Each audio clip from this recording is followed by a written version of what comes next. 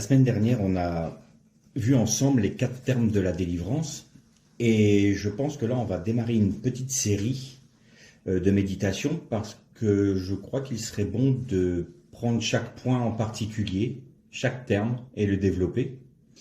Et avant de démarrer sur les termes de la délivrance, il m'a semblé opportun aujourd'hui de nous parler de la sagesse et de l'intelligence. Parce que vous vous souvenez que la semaine dernière, on avait dit qu'on avait un texte qui disait que les hommes avaient leur intelligence obscurcie.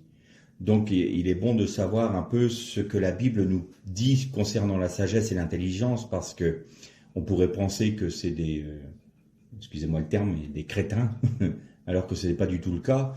C'est un manque de sagesse, un manque d'intelligence. Quand on prend dans la Torah les termes, ou dans la Bible en général les termes d'intelligence spirituelle, j'entends, il est toujours ou très régulièrement associé à la sagesse. L'homme sage est intelligent. Celui qui est sage, on dit de lui qu'il est intelligent. Il faut savoir qu'en hébreu, il y a 2 termes pour le mot intelligent. Il y a le mot sechel, qui est l'intelligence humaine. Donc tout homme est doté d'une intelligence, de compréhension. L'humanité n'aurait pas créé tout ce qu'elle a créé, fabriqué, découvert tout ce qu'elle a découvert dans la science et tout ça, sans qu'il y ait une intelligence qui lui est propre. Et ce terme-là, en hébreu, c'est le mot sechel. L'intelligence spirituelle s'appelle la bina. Et là, c'est quelque chose de très particulier parce que vous savez que dans le judaïsme, vous avez ce qu'on appelle l'arbre de la vie, qui est les séphirotes, c'est-à-dire des sphères. C'est les 10 attributs de Dieu pour créer, pour faire la création. Du moins les 9 attributs de Dieu pour créer la malchut, on appelle ça, c'est-à-dire le royaume, donc la création. Et les 2 premières sont la bina et la chokhma. Au-dessus, vous avez la couronne qu'on appelle Keter, c'est donc là, c'est vraiment le Ein Sof, l'insondable, l'infini. Et les 2 sphères les plus hautes, juste après la couronne, c'est la fameuse sphère Chokhma et Bina. Bina veut dire intelligence et Chokhma veut dire sagesse en hébreu. Et quand vous avez des textes, notamment dans les proverbes, où il est dit « Mon fils, écoute l'instruction de ton père, de manière à devenir sage, tu seras trouvé intelligent. » Ou alors « L'homme sage accroît sa connaissance et il devient intelligent. » C'est toujours les termes Chokhma pour la sagesse et Bina pour la connaissance. Donc, il y a une intelligence et une sagesse spirituelle. Jésus disait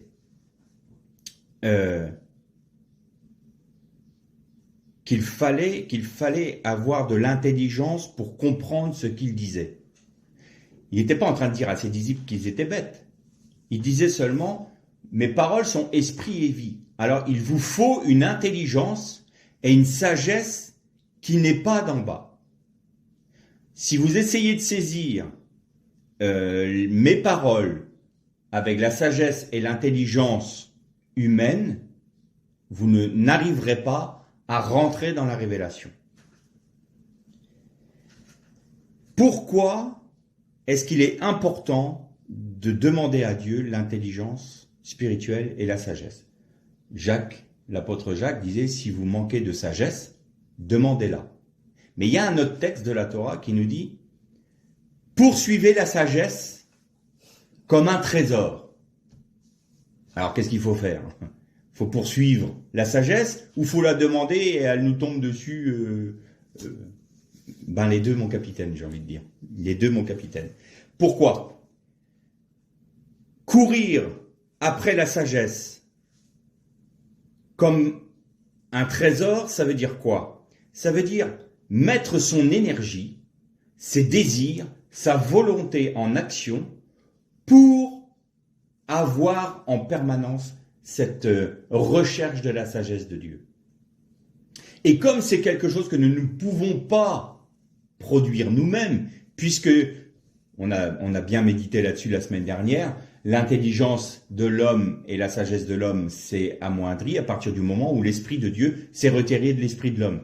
Donc là, il y a automatiquement un manque et on ne peut pas l'atteindre, ça. Donc il faut à la fois que nous ayons le désir de sagesse, le désir d'être intelligent selon le cœur de Dieu, et en même temps, comme nous ne pouvons pas les atteindre, eh bien Dieu nous les donne. Donc, il n'y a pas d'antagonisme entre la parole qui dit recherchez la sagesse et courez après elle comme après un trésor, et la parole de Jacques qui nous dit si vous n'avez pas de sagesse, si vous considérez que vous manquez de sagesse, demandez-la à Dieu qui vous la donnera. Maintenant, je vais donner une toute petite précision sur ce point-là. Jacques poursuit, il dit mais si vous ne recevez pas, c'est parce que vous demandez mal. Alors, vous allez me trouver que c'est évident ce que je vais vous dire, que j'enfonce des portes ouvertes, mais parfois c'est bon de se souvenir de ça. Si vous demandez la sagesse et l'intelligence pour surpasser les autres, vous n'obtiendrez rien. Il faut aussi sonder quelle est notre motivation. Si notre motivation est simplement d'avoir un aval sur notre prochain,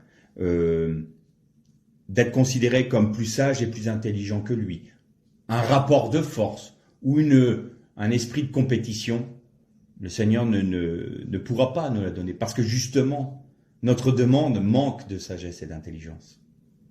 C'est une demande de sagesse et d'intelligence auprès de Dieu, c'est pour le connaître lui.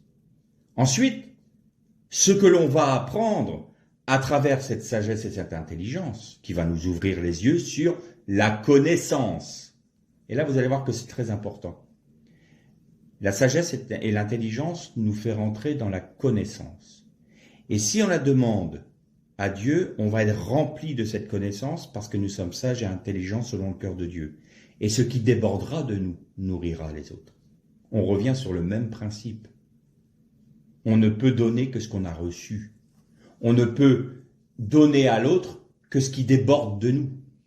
Si c'est l'orgueil qui déborde de nous, on ne donnera rien à l'autre que du fruit de l'orgueil. Si c'est la colère qui déborde de nous, on ne donnera rien à l'autre que des fruits de colère. Vous voyez, si on déborde de l'amour de Dieu, du shalom de Dieu, de la compassion de Dieu, de la sagesse de Dieu et de l'intelligence de Dieu, alors on donnera la sagesse, l'intelligence, le shalom de Dieu, la paix, le repos aux autres. Je disais que donc la sagesse selon Dieu nous rendait intelligents. Pourquoi? Toujours selon Dieu. Donc là, on est bien sur le mot chorma, sagesse, et bina, pas sur la sechel.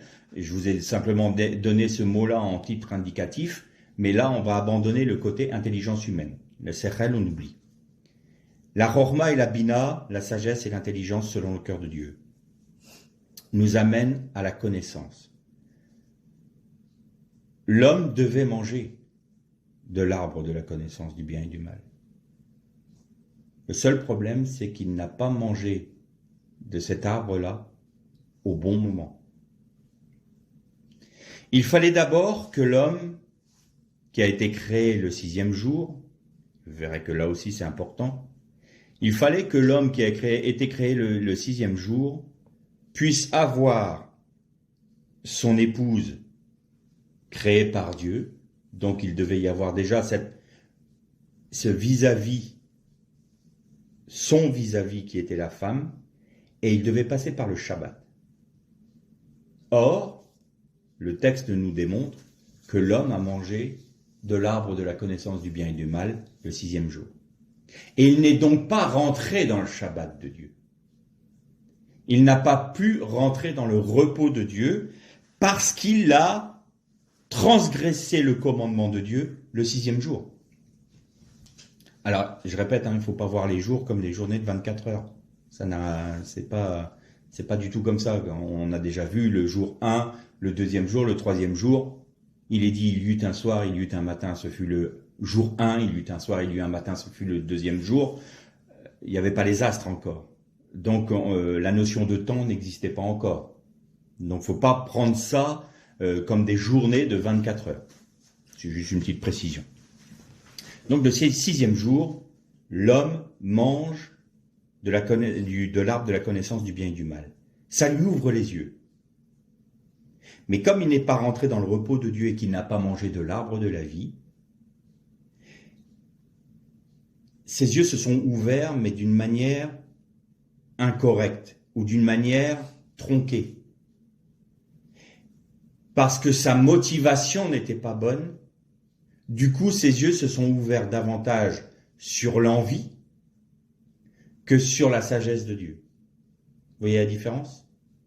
Et dans le fameux arbre hébraïque dont je vous ai parlé tout à l'heure, l'arbre de la vie, vous avez donc ce qu'on appelle des sphirotes, hein, c'est des sphères, ça vient du mot sphirote, le mot en français sphère vient du mot sphira, et donc vous avez des sphères qui forment un arbre, et au milieu de l'arbre, vous avez le da'at, et le da'at c'est la connaissance. De nombreux rabbins disent que l'arbre de la connaissance a poussé au milieu de l'arbre de la vie. Parce qu'il est dit, il planta l'arbre de la vie et l'arbre de la connaissance au milieu du jardin. Alors nous, on dit, bon, c'est deux arbres différents, mais les rabbins, beaucoup de sages d'Israël disent non, il poussait au milieu de l'arbre de la vie. Et plutôt que de manger de l'arbre de la vie, la femme a été chercher le fruit de l'arbre de la connaissance sans passer par le côté de se nourrir de Christ. Et donc là, ça a été dévié. Désobéissance, et en plus une intelligence qui est obscurcie, donc le sechel, et non pas la bina. À partir de là, l'humanité est rentrée dans sa dimension humaine, son intelligence humaine et sa sagesse humaine. Et là où toute cette dérive de la connaissance de l'homme a pris son ampleur maximum, c'est quand Dieu a retiré son esprit de l'homme. À partir de là, il n'y avait plus d'influence de l'esprit de Dieu pour lui, et là, il s'est laissé aller à sa propre intelligence, à sa propre sagesse, qui lui fermait les yeux sur les réalités de Dieu. Et donc, il raisonne. Sa sagesse n'est plus spirituelle, n'est plus éternelle, mais c'est une sagesse temporelle et terrestre. Les hommes vivent aujourd'hui leur vie comme s'ils allaient vivre permanence sur la terre, comme s'ils n'allaient jamais mourir. En réfléchissant 30 secondes, on se dit, mais c'est de la folie. Ils ne se préoccupent pas de savoir si ils vont vivre éternellement dans une autre dimension, s'il y a un Dieu. Non! On amasse des richesses, l'homme le plus riche du monde ne peut même pas dépenser tout l'argent qu'il a en une vie. Mais il continue à amasser. Et on nous dit, c'est ça la sagesse. Oh, cet homme-là, il est sage. C'est pas un de nos anciens présidents qui avait dit, celui qui n'a pas une Rolex à 50 ans, il a raté sa vie. Waouh! La sagesse, c'est ça. Oui, c'est la sagesse humaine. Il faut réussir, il faut amasser de l'argent, il faut amasser des biens, il faut avoir ceci, cela, de plus en plus en plus. Et puis après, on s'étourdit et on meurt. Et on dit, ah, cet homme-là, il a réussi sa vie. Il était sage et intelligent. La preuve, regardez tous les biens qu'il a laissés. Oui, mais le qu'il a laissé montre qu'il n'était ni sage ni intelligent. Celui qui observe la parole ou la Torah est intelligent, nous dit le Proverbe 28 au verset 7. Celui qui écoute la parole ou la Torah est intelligent. Pourquoi? Pourquoi le fait d'écouter la parole de Dieu? C'est être intelligent. On va reprendre un texte qu'on avait utilisé la semaine dernière, qu'on trouve dans le livre de la Genèse au chapitre 2. Et on va lire à partir du verset 4, Genèse chapitre 2, verset 4. Voici les origines du ciel et de la terre quand ils furent créés. Lorsque Dieu fit la terre et le ciel, il n'y avait encore aucun arbuste de la campagne sur la terre et aucune herbe de la campagne ne germait encore, car l'Éternel Dieu n'avait pas fait pleuvoir sur la terre, et il n'y avait point d'homme pour cultiver le sol. On arrêtera là notre lecture. Et le passage qui va nous intéresser plus avant, c'est ce fameux passage dont je vous avais quelque peu parlé la semaine dernière, qui est « Voici les origines » ou les toldot, en hébreu c'est les engendrements, du ciel et de la terre, quand ils furent créés. Et je vous avais dit qu'en hébreu, c'était El toldot hashamayim ve'haaretz Bei Bacham. Et le Bei Bacham, il y a dans le Bei le petit E, en minuscule. Vous vous souvenez, je vous ai parlé de ça. Alors, comme le disait notre bien-aimé rabbin David Ménaché, s'ils l'ont fait en petit, c'est pas parce qu'il manquait d'encre. C'est parce qu'il y a un secret caché. Et quel était ce secret? Donc, on avait vu que le ciel et la terre avaient été créés par le He, donc par l'Esprit. Et je voudrais qu'on développe un peu cette pensée-là. Donc, la création a été faite par le He, la lettre E qui est le souffle. Le symbole de cette lettre, c'est un souffle, c'est le vent. On va prendre la valeur pleine du He. Qu'est-ce que j'entends par la valeur pleine d'une lettre? C'est-à-dire que vous avez par exemple le Aleph, c'est un symbole. C'est un peu comme une croix. Hein. Mais vous pouvez écrire le mot en entier. Aleph. Donc là, vous avez un Aleph, un Lamed et un P. Ça vous donne Aleph. Eh bien, on va faire la même chose avec E parce qu'elle a une particularité, cette lettre. C'est une lettre qui peut s'écrire de 3 manières différentes. C'est la seule lettre qui peut s'écrire de 3 manières différentes. Elle peut s'écrire un He et un Yod, un He et un Aleph, un He et un He. Bon, jusqu'à présent, là, je vous dis ça, ça mange pas de pain, vous n'avez pas compris. Eh bien, on va regarder les valeurs numériques de ces 3 façons d'écrire le He. Le He et le Yod, qui forment le son He, a pour valeur, pour poids numérique 15. Le He et le Aleph, qui est aussi le son He, a pour valeur numérique 6. Le He et le He, qui est aussi le même son, ça fait He, a pour valeur numérique 10. Ça vous donne un total de 31. Bon. Qu'est-ce que c'est que 31? Eh bien, vous allez prendre tout le récit de la création jusqu'au 6e jour.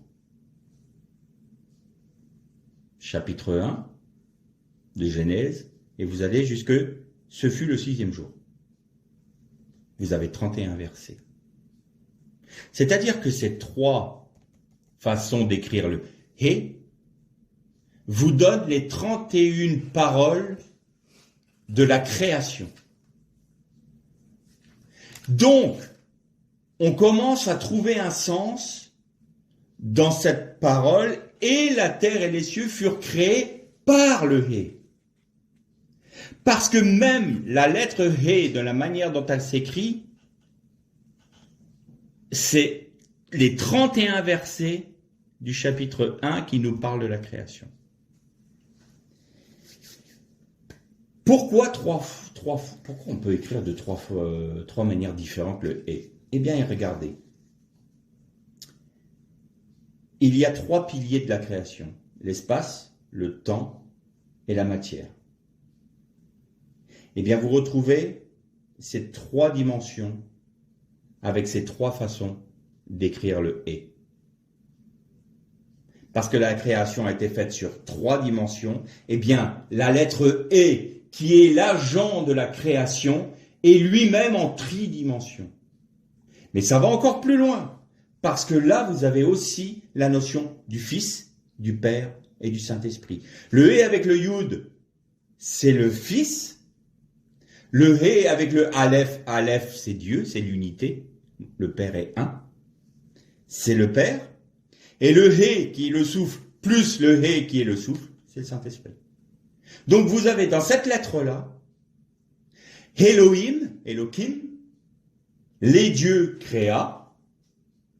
Mais en tant qu'agent, en tant qu'esprit de Dieu, il est lui-même tridimensionnel et il a créé, il a fait la création sur 3 piliers, sur 3 dimensions, qui sont des représentations aussi du Père, du Fils et du Saint-Esprit. On va plus loin dans la pensée, parce que celui qui écoute la Torah est intelligent. Donc du coup, on demande à Dieu de nous rendre intelligents, de nous donner la sagesse pour être intelligents, pour comprendre ce que dit la parole, c'est ce qu'on est en train de faire.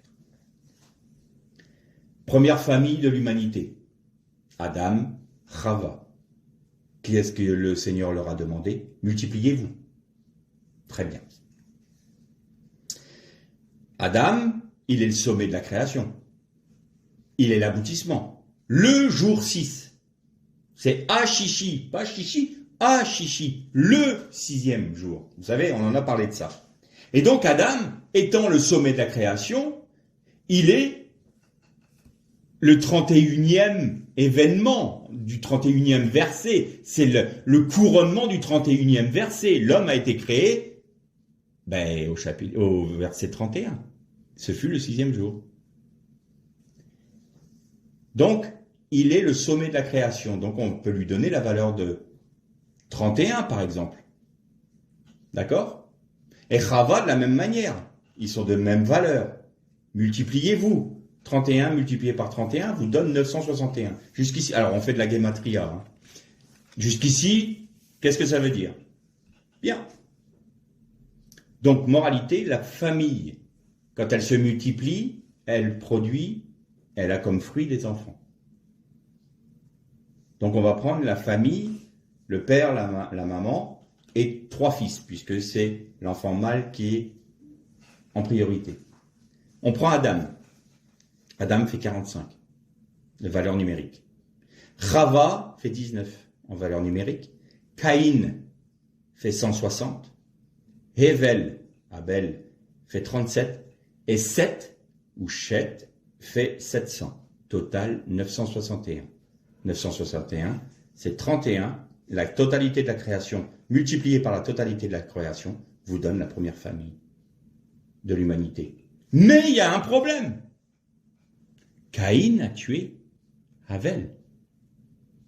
Et donc il y a une rupture dans le sommet de la création. Il y a une brisure, la brisure du monde. C'est pour ça que le Seigneur doit faire le tikkun olam, la réparation de la brisure du monde. Donc, Caïn, en ayant tué Abel, a détruit cette création. Il a porté atteinte à cette création. Et il fallait que Dieu répare cela. Comment est-ce qu'il l'a fait? Le salut vient des Juifs. La réparation vient des Juifs. On va prendre la première famille juive. Abraham, Sarah et Yitzhak. Abraham, 248. Sarah, 505. Et Yitzhak, 208. Total, 961. Nous retrouvons dans la première famille juive cette multiplication de la création à Adam et en Chava, et nous retrouvons l'harmonie de la création dans la première famille juive. Le salut vient bien d'Israël, et Abraham est bien le père de nombreuses nations. Alors on va aller un peu plus loin, parce qu'on voit bien que dans la gematria biblique, le 31 est une constante. Alors on va prendre le premier mot qui a une valeur numérique de 31. Le premier mot, c'est Vaihi. Soit. Vaihi. Très bien. On prend le 31e mot. Le 31e mot, c'est Or. Vaihi Or. Que la lumière soit. Et là, vous retrouvez la lumière du jour 1, la lumière de la création, la lumière du Messie. Vous voyez que la création qui a été faite par la lettre He, et qui, par le souffle de Dieu, qui a été fait le récit a été divisé en 31 versets parce que c'est une constante. Nous retrouvons ce 31-là dans la première famille humaine et dans la première famille juive. Et quand on prend encore cette constante-là et qu'on cherche les mots, en fait, tout vient de la lumière du Messie, la lumière de la création. Vaï or, que la lumière soit.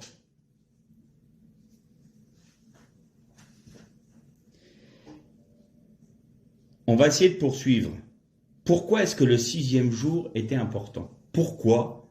Alors, on avait dit que c'était parce que c'était le couronnement de la création et que c'était donc le 6e. Mais il y a un autre événement qui s'est passé beaucoup plus tard.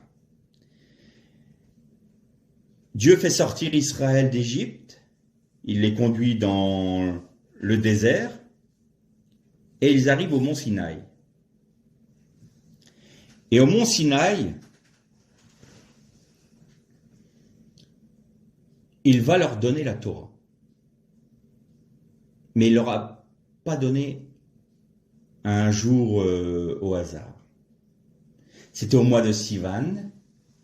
Bon, là ça vous dit rien, mais c'est pas important.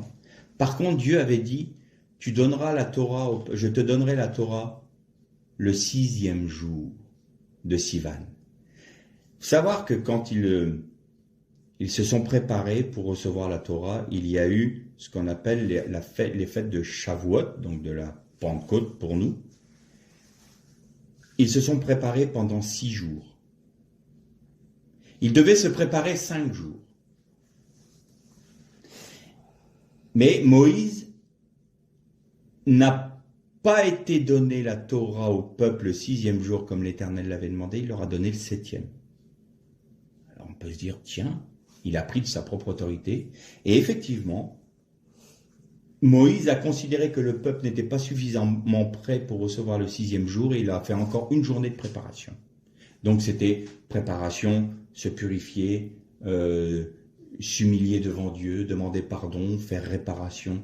Le peuple se préparait, c'était une période de sainte convocation. Et on se dit, mais Dieu t'a demandé de le faire le 6e jour. Et toi, tu as pris autorité pour donner la Torah, pour recevoir le 7e jour. Et Dieu n'a rien dit. C'est surprenant, hein? Dieu a dit, on va rester dans la dimension Ashishi, le 6e. Mais il attendait de Moïse une chose. Et vous savez que Moïse, Moshe, est une image du Christ, est une image du Mashiach. Et l'image du Mashiach, Moshe, a dit non, ça sera le 7e jour. Parce qu'il y a déjà eu une faute, le 6e jour, qui ne nous a pas fait rentrer dans le Shabbat de Dieu. Et je ne veux pas que la Torah soit donnée le 6e jour. On pourrait la profaner, donc je la donnerai le 7e jour, il faut qu'on rentre dans le Shabbat de Dieu. Et de ce fait, Dieu n'a pas reproché à Moshe de prendre la Torah le 7e jour, parce que c'était ça la volonté de Dieu. Rentrer dans mon repos, parce que celui qui prend ma parole demeure dans mon repos. Faites connaître tous vos besoins à l'Éternel, disait Jésus, à mon Père, à votre Père, et il gardera vos cœurs en Jésus-Christ. Ça veut dire quoi? Il gardera vos cœurs en Jésus-Christ. Eh bien, le fait de déposer tous nos fardeaux au Père nous fait demeurer dans la parole, dans le repos de Dieu. Donc la parole est bien le repos de Dieu. Et c'est la raison pour laquelle Moshe a dit, ça sera le 7e jour de Shavuot. Et non pas le 6e jour, on ne va pas rester au niveau du 6e jour. Il faut qu'on aille plus loin, il faut qu'on rentre dans le repos de Dieu pour recevoir sa Torah, parce que sa Torah, c'est le Messie. Et en recevant le Messie, nous avons accès au 8e jour, c'est-à-dire l'éternité, le Olam Haba. Il fallait pas. Dieu avait demandé que ce soit le 6e jour. Mais il ne fallait pas que ce soit le 6e jour. Parce qu'il fallait rentrer dans le Shabbat. Et le sommet de la fête de Shavuot était un Shabbat. C'était un samedi. On peut dire qu'à ce moment-là, le 7 Sivan 2448, je crois, c'est dans le calendrier hébraïque, je peux vous dire que c'était un samedi. Parce que c'était un Shabbat. Voilà pourquoi l'homme sage, de la sagesse de Dieu, augmente sa connaissance et il est appelé intelligent parce que il est celui qui écoute la parole. Et avec la sagesse de Dieu, nous comprenons que la dimension de la Torah est de l'ordre de la création. La Torah est de l'ordre de la création. Elle était avant la création. Et tout s'est fait par elle, pour elle, en fonction d'elle. Ignorer la Torah, ignorer la Bible, c'est automatiquement se retirer de la sagesse et de l'intelligence de Dieu. Et quand les disciples s'en allaient vers Emmaüs, Jésus marchait avec eux. Et il leur a dit à un moment, mais homme sans intelligence, homme sans intelligence. Il n'a pas dit vous êtes bête, il a dit homme qui demeurait dans votre séchel. Elle est où votre bina, votre intelligence des cieux? N'était-il pas écrit dans toute la Bible qu'il fallait que le Messie meure et qu'il ressuscite? Et qu'est-ce que nous dit le texte? Et Jésus leur parla de lui à travers toute l'écriture. Il utilisa toute la Torah pour leur ouvrir les yeux, pour leur faire passer de la sérelle à la bina, de manière à ce qu'ils comprennent ce qui était arrivé à Jésus. Et au terme, quand il a rompu le pain, ça a été les écailles qui tombaient des yeux de l'apôtre Paul, ça a été les écailles qui sont tombées de nos propres yeux quand on a réalisé que Christ avait tout accompli pour nous, et leurs yeux intérieurs s'ouvrirent, c'est-à-dire que leur intelligence s'ouvrit, leur bina s'ouvrit, ils devinrent sages, et ils dirent, mais comment nos cœurs ne brûlaient-ils pas au-dedans de nous, quand il nous parlait de lui, à travers toutes les Écritures? Comme quoi, aborder la Torah avec l'intelligence humaine nous mène à quoi? À l'aveuglement. Combien de chrétiens disent, moi, je comprends rien à la Bible, je comprends rien, je ne sais pas ce que ça veut dire, c'est lourd à lire, c'est pénible à lire, parce qu'on ne comprend pas. C'est normal. Pourquoi? Parce que on aborde la Torah ou la Bible avec notre sechel, notre intelligence humaine. Et là, c'est le blackout. On ne voit rien, on ne comprend rien. C'est hermétique. Et tout d'un coup, on dit, Seigneur, j'aimerais que tu m'expliques le texte. Je veux comprendre, Seigneur.